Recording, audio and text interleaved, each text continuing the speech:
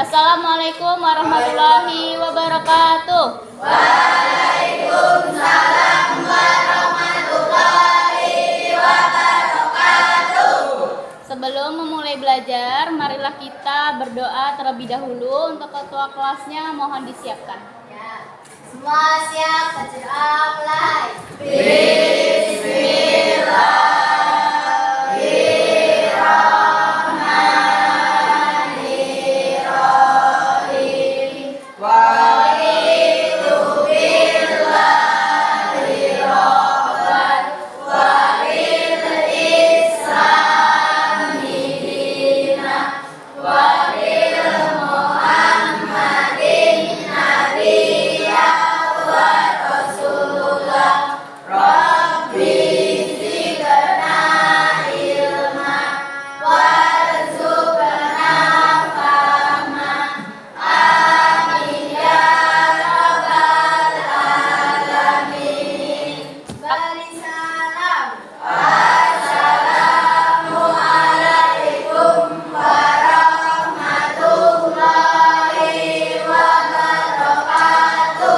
Waalaikumsalam warahmatullahi wabarakatuh.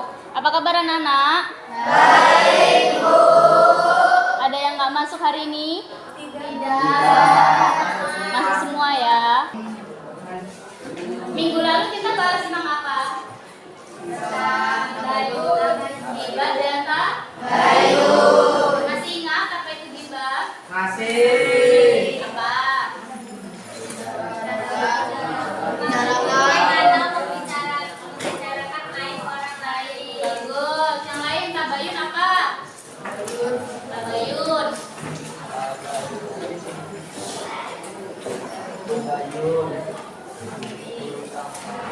Ya apa? Ya, gibah itu membicarakan atau memuji keburukan orang lain. Kalau tabayun itu kita harus hati-hati dalam memilah dan memilih sesuatu informasi.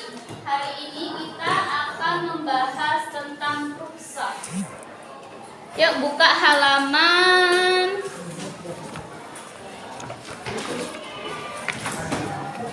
199.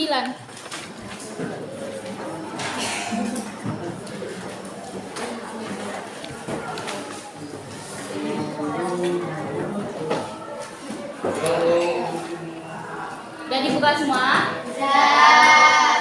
Jadi anak-anak, rukhsah itu adalah keringanan atau pelonggaran dari Allah Subhanahu wa taala dalam mempermudah hambanya. Dalam hal apa? Dalam beribadah.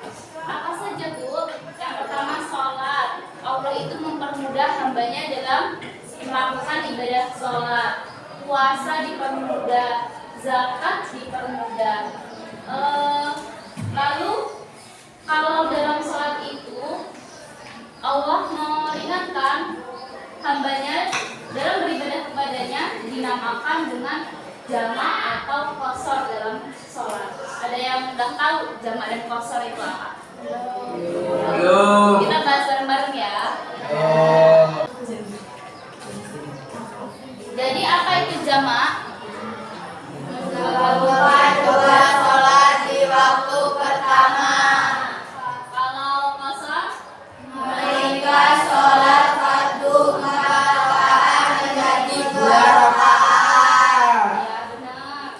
Jadi jamak itu menggabungkan dua sholat di waktu pertama seperti zuhur dan asar. Jadi kalau anak-anak lagi berpergian jauh yang tidak memungkinkan buat sholat zuhur, misalnya nih takut ketinggalan kereta atau ketinggalan bis, nah anak-anak bisa menjamak sholat zuhur itu di waktu asar.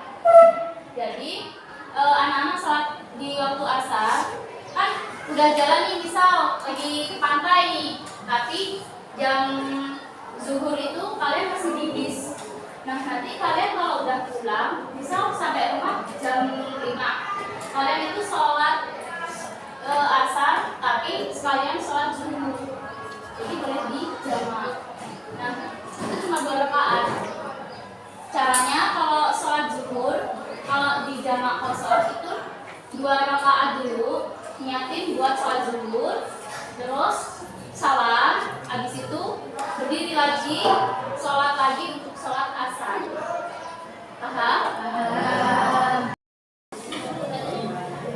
baca bareng-bareng. Bismillah dulu.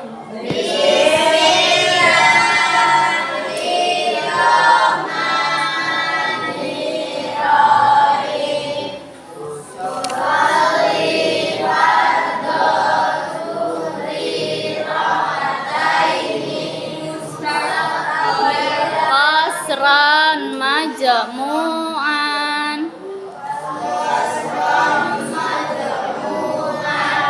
Ma'al asri jam'a ta'dimilillahi.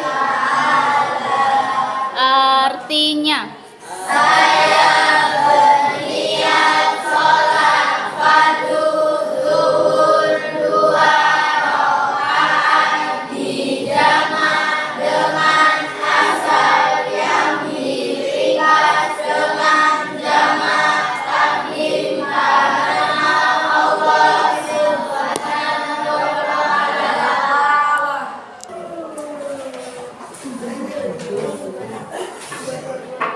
udah dibuka semuanya bukunya? Nah, itu ada Quran surat An-Nisa ayat 101 yang menjelaskan bahwa kita itu jika dalam keadaan darurat diwajibkan untuk mengqashar sholat daripada tidak sembahyang. Kalau tidak sholat hukumnya apa? Masuk ke mana? Mau nggak? Siapa yang mau? Rehan mau nggak Rehan? Mau. Mau nggak?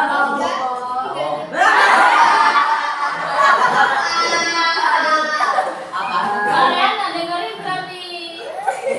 Kalau orang yang nggak sholat itu masuk neraka. Rehan mau nggak? Semuanya mau.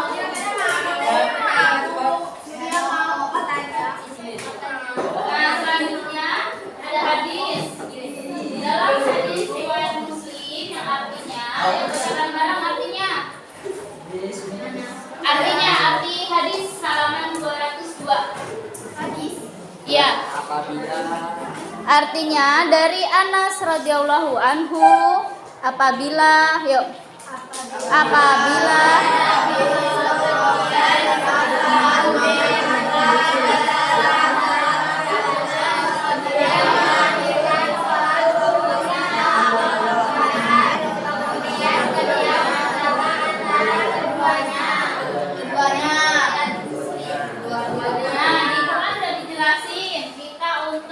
diperbolehkan untuk mengqashar sholat. Hadis pun juga udah dijelasin buat kita menjamak sholat. Mau sakit? Sampai sini paham? Jadi anak-anak, kesimpulan materi kita pada hari ini yaitu sah dalam sholat adalah keimanan yang diberikan oleh Allah Subhanahu wa Ta'ala agar kita dapat selalu mengerjakan kewajiban kita sebagaimana umat Islam. Seperti kita sedang dalam perjalanan atau sakit. Bentuknya meliputi apa? Jamak dan qashar. Kalau sholatnya orang yang sedang sakit bisa dengan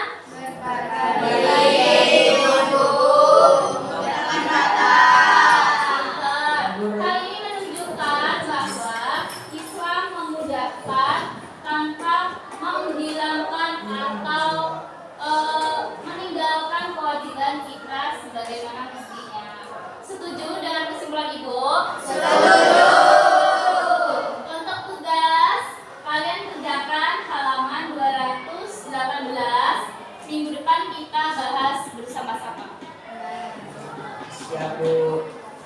Siap-siap untuk pulang. Kelasnya tolong disiapkan doanya. Semua siap, kita mulai. Bismillahirrahmanirrahim.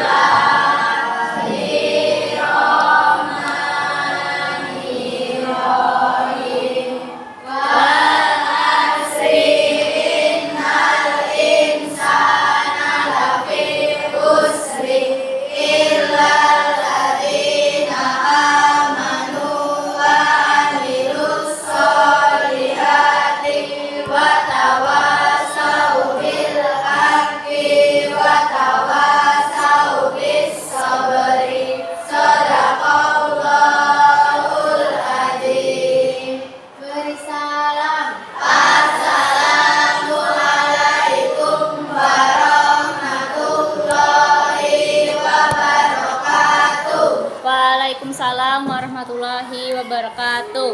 Jangan lupa tugasnya.